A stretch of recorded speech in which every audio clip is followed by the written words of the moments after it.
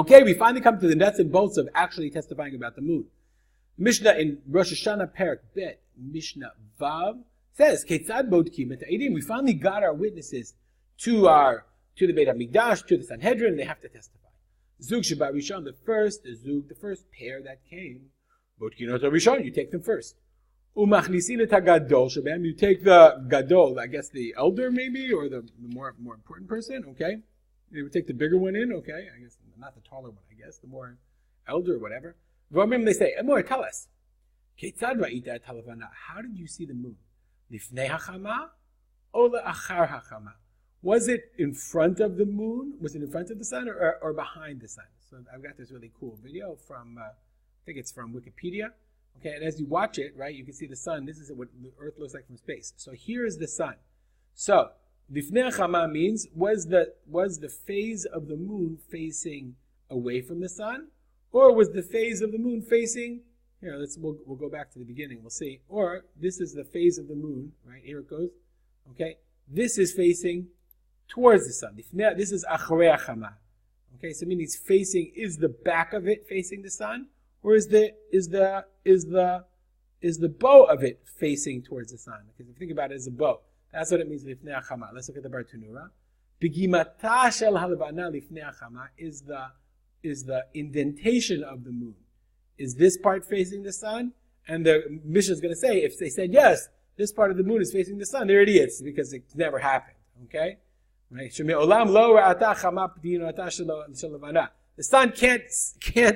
The sun can't be here if and see the backside of the moon. It doesn't make any sense. Okay, as we'll soon see. Did you see them before the sun or after the sun? Litzvona o lidroma. Was it to the north of the sun or the south? I am not I don't understand. I don't know astronomy, so you'll have to take the Mishnah's word for it. But they knew, as we'll see. How high was it off of the horizon? Which direction was it leaning? How wide was it? And then what they would do is compare the testimony of the two witnesses. They knew when the moon was supposed to come, and they also knew they had to see that the witnesses testified in accordance with one another. As the Mishnah said, as we said before, if the guy said, yes, the blemish of the moon was facing towards the sun, then lo amar klum, he didn't say anything. But once we checked them out and we see that they knew what they were talking about, then they check the second guy, and you ask him. You examine, you check him. If they say the same thing, if their words are mechuvanim, are corresponding to one another, then their testimony is accepted. Then what about everybody else who came? You ask them just general things, general Rashei Dvarim, the general generalities about what they saw. You didn't need them. They wouldn't go upset. They wouldn't leave upset. Anguish. Pachei nefesh. Pach is like the pach.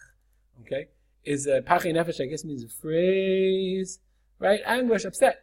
Because we want people to come, so they would make an effort to reach out every single person that came. They would ask them a few questions, tell us about this, tell us about that, and then they would issue the verdict that it actually is Rosh Chodesh. Even though people later on weren't necessary, it was necessary for us to make them feel wanted, and that's a very important message for all of us. Stop here and dedicate our learning to memory of my father, Harav Simcha ben Yitzchak Kalman.